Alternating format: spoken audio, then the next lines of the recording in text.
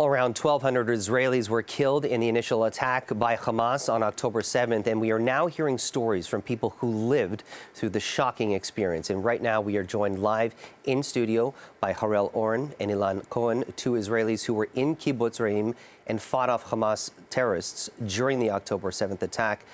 I thank you so much for being here. I know you just got in from Israel yesterday. First off, I want you to take me back. Let's start with you, Ilan. Take me back to October 7th in that early morning hours.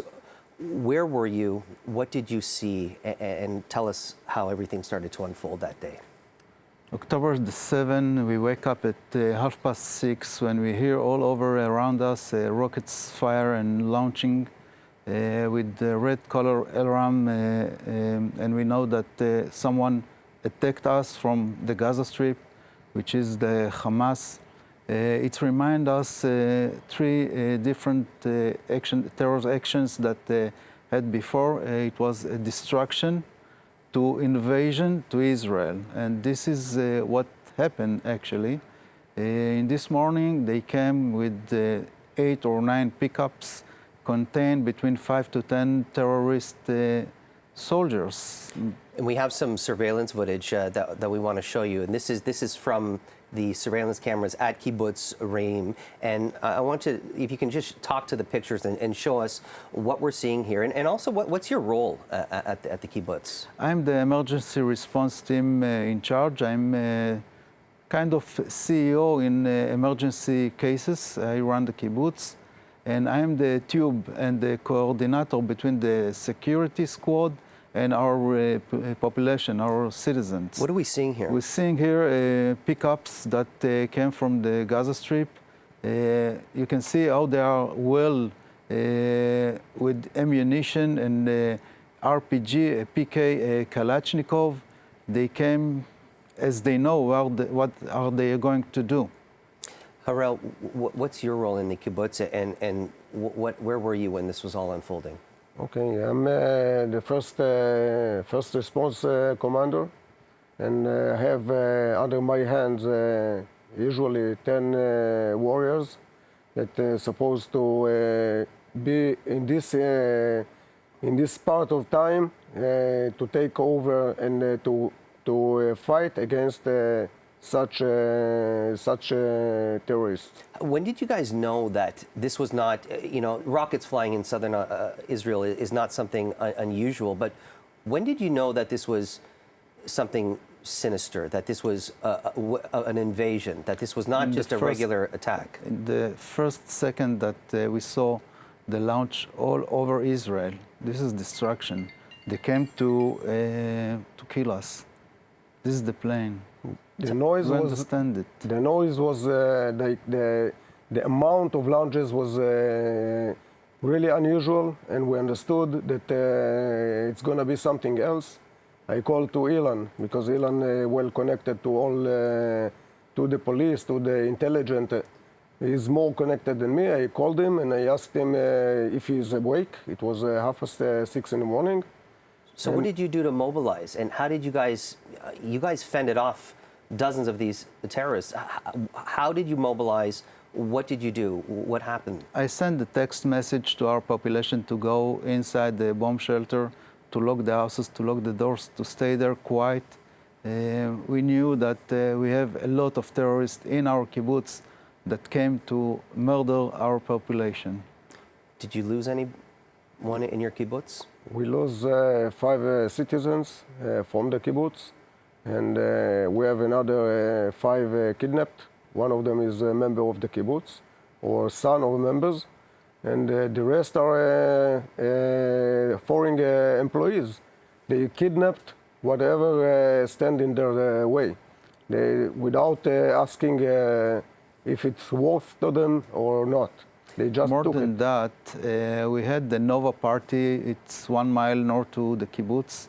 Many of the Nova parties came to our kibbutz to hide themselves or to ask for security, but they also murder. It's tents tens of people that murdered. We've learned that this was an operation by Hamas that had been years in the works. There are reports and pictures of some of the ID cards, the permission that grants Palestinians to work into Israel that was found at the sites of some of these kibbutzes. From what you know, how much intel did they have? How did these Hamas invaders, how did they know where to go?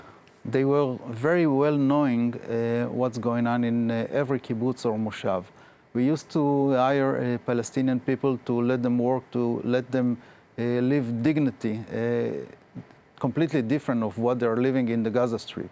We let them go to our house. In this case, they use our kindness to get intelligence, and they move it to the Hamas.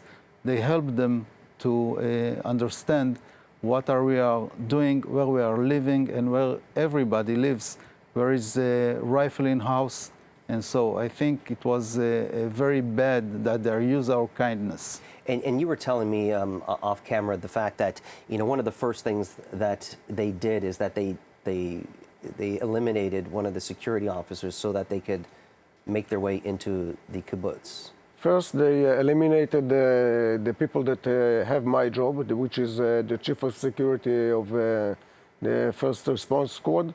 And by that, they prevent from him to spread or to give the weapons for fight. So that was part of their strategy. That was part of their strategy, and more than that, they had the plan to divide the kibbutz and to fight differently each way. I noticed that you have some bandages here. What happened? While the battle, I understood that I have a lack of rifles. I went to a house which they tortured already, and it was burned till the ground. And then I get into the house, although it was on fire, and I fell down inside the house, and I couldn't. I almost lost my life there. I know this is maybe a silly question, but how are you coping, knowing what you've been through, what you're seeing, what happened to your fellow Israelis? How have you been over the last month? I'll start with you. Since October the 7th, I barely sleep. I'm not sleeping. Every minute I remember the cases that I had to deal with. I think we had a horrible fight against us. I feel that I'm unsecure with what happened in October 7th. And why was it important for you guys to be here in Canada? Why is it important for you to tell your story about what happened on that day? And what are you hoping people walk away with? First, I have to say that today it's our story. Today it's the Israeli story that Hamas attacked, and he wanted to take over the kibbutzes and to clear the area from the civilian and to take over from the sea till the river from all civilian. Their action was against civilian, not against army. It was army, the fight army. I want to tell the whole population that today is our problem, and tomorrow it will be your problem, because the Hamas won't stop, or the Hamas or the radical Islam will take over where they can. Ilan, are you hopeful for a peaceful future that the Israelis, after this war, are going to be able to coexist? I'm very pessimist. I think it will not be a second chance for peace with the Palestinians. The Hamas must go out from the equation. It's out of question. There is no Hamas anymore. We cannot live over there if the Hamas will remain in the Gaza Strip. Harel, Oren, and Ilan Cohen, I appreciate you coming into our studio. This is the first time one of the survivors of October 7th have been on our show, and it's been a pleasure to speak with you, and I appreciate you taking the time to tell your story, and I wish you guys the best. Thank you for your time. Thank you very much. Thank you.